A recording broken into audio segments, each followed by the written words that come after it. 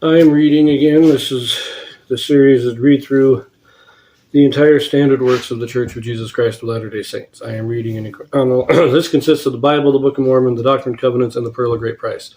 I am reading in a chronological order of events, not according to publication or volume, so I will be skipping around a little bit as I move along. Right now, my last video, I began chapter 9 in the book of Judges, and this is the story of Gideon's son Abimelech. This will finish out the chapter. I am starting in verse 30. You will note my son is also with me. Let us have him sit down and be quiet while we read. And when Zebul, the ruler of the city, heard the words of Gaal, the son of Ebed, his anger was kindled. And he sent messengers unto Abimelech privily, saying, Behold, Gaal, the son of Ebed, and his brethren, be come to Shechem, and behold, they fortify the city against thee. Now therefore up by night, thou and the people that is with thee, and lie in wait in the field. And it shall be that in the morning, as soon as the sun is up, thou shalt rise early and set upon the city.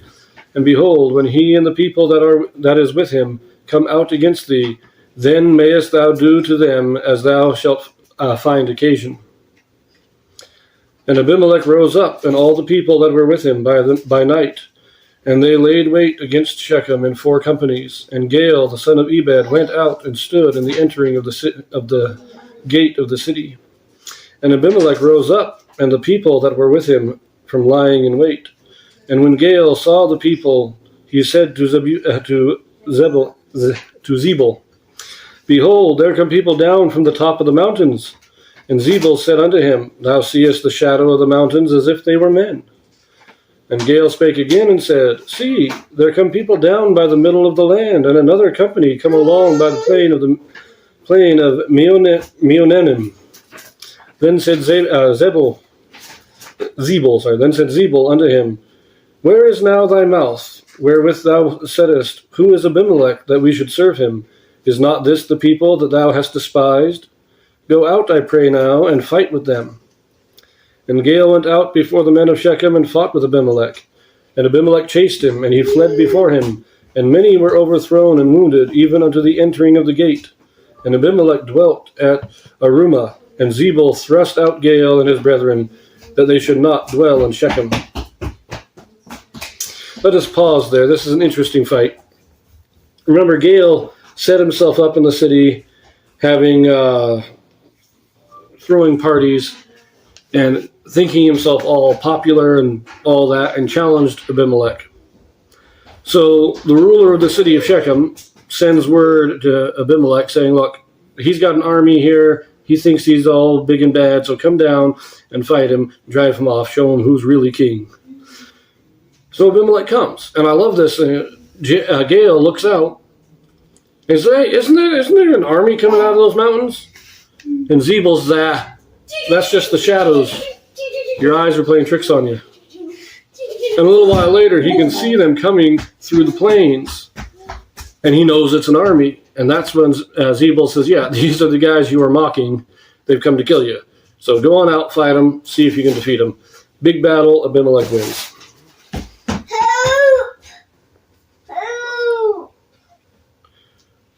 Climb on up on the bed.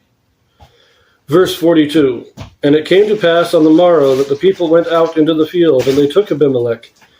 And he took the people and divided them into 3 companies, and laid wait in the field, and looked, and behold, the people were come forth out of the city.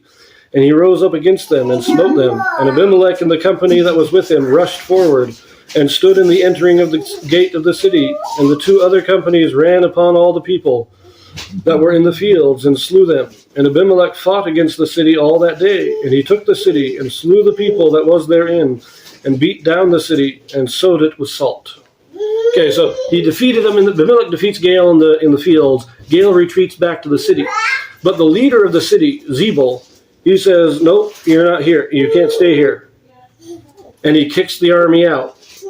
And Abimelech sees them coming out of the city, so he divides his company up. They go and they destroy the army, but they also attack the city itself and destroy the city, where they say sowed it with salt. This is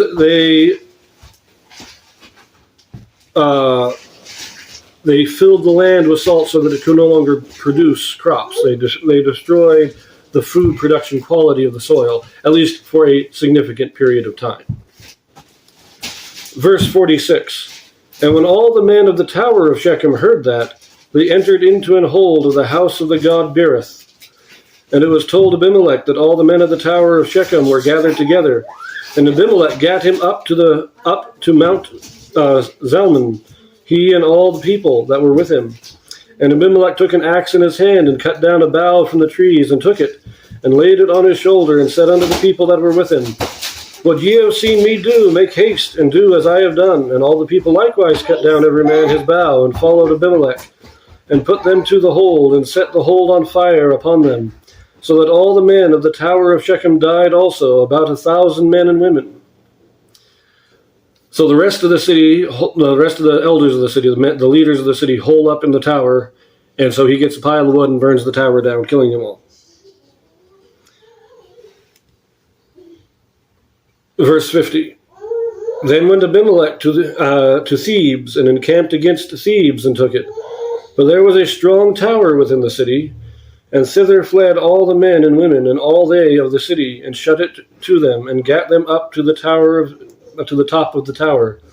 And Abimelech came unto the tower, and fought against it, and went hard unto the door of the tower, to burn it with fire. And a certain woman cast a piece of a millstone upon Abimelech's head, and all to break his skull. Then he called hastily unto the young man, his armor-bearer, and said unto him, draw thy sword and slay me, that men say not of me, a woman slew me. Men say not of him, a woman slew him. And his young man thrust him through, and he died. And when the men of Israel saw that Abimelech was dead, they departed every man unto his place. Thus God rendered the wickedness of Abimelech, which he did unto his father, in slaying his 70 brethren. And all the evil of the men of Shechem did God render unto their heads, and upon them came the curse of Jotham, the son of Jerubbaal. So we have the fulfillment of Jotham's parable here. He destroyed Shechem. But then he goes to Thebez. He's on a conquering spree. Thebez was probably also against him. And he gets into the city, but the tower, the fortress of the city, is still standing. And he tries to do the same thing he did to Shechem. He wants to burn it down. But when he gets close enough, I love it, a woman who's hiding in the tower chucks a stone out, crushes him in the head. It doesn't kill him instantly, but he knows the injury is so severe he will not survive, but he doesn't like the idea of being killed by a woman, so he has his servant kill him. And as soon as his servant kills him, the army that he led breaks up. They no longer have a leader. They no longer have a purpose in fighting. So the army breaks up and disbands. And that's the end of Abimelech's reign. Now, I will say, it seems to me that Abimelech was not a great king. And he was probably not really doing much of anything. I think he just liked having the title. And that's why the men of Shechem, after only 3 years, kind of got bored with him. They started doing their highway robbery. And they welcomed Galen, who was throwing parties. Abimelech didn't rule from Shechem. Instead, he ruled from Aburah. Right? Well, that was the name of it. Let me see. What was the name of that place? Oh, gee, he's up to my knee in that one spot on one side of the leg. Yep. Oh. I can't find it now. It was like Aburah. So he wasn't even ruling from Shechem, and they were the ones that set him up as king. So they were just feeling a little annoyed with him, I think. They welcomed in Gale, and so he got mad because he was king, even though he wasn't. I don't see any evidence that he actually did anything as king. But he was being challenged, and so he went and destroyed Shechem. This is what Jotham said: fire would come from Abimelech and destroy Shechem, and fire would come from Shechem and destroy Abimelech. And so in this war that was started through a kind of a feud between the men of Shechem and Abimelech, both the city of Shechem and Abimelech himself are totally destroyed. Excuse me. So that is the end of Abimelech, and we will pick things up in the next chapter.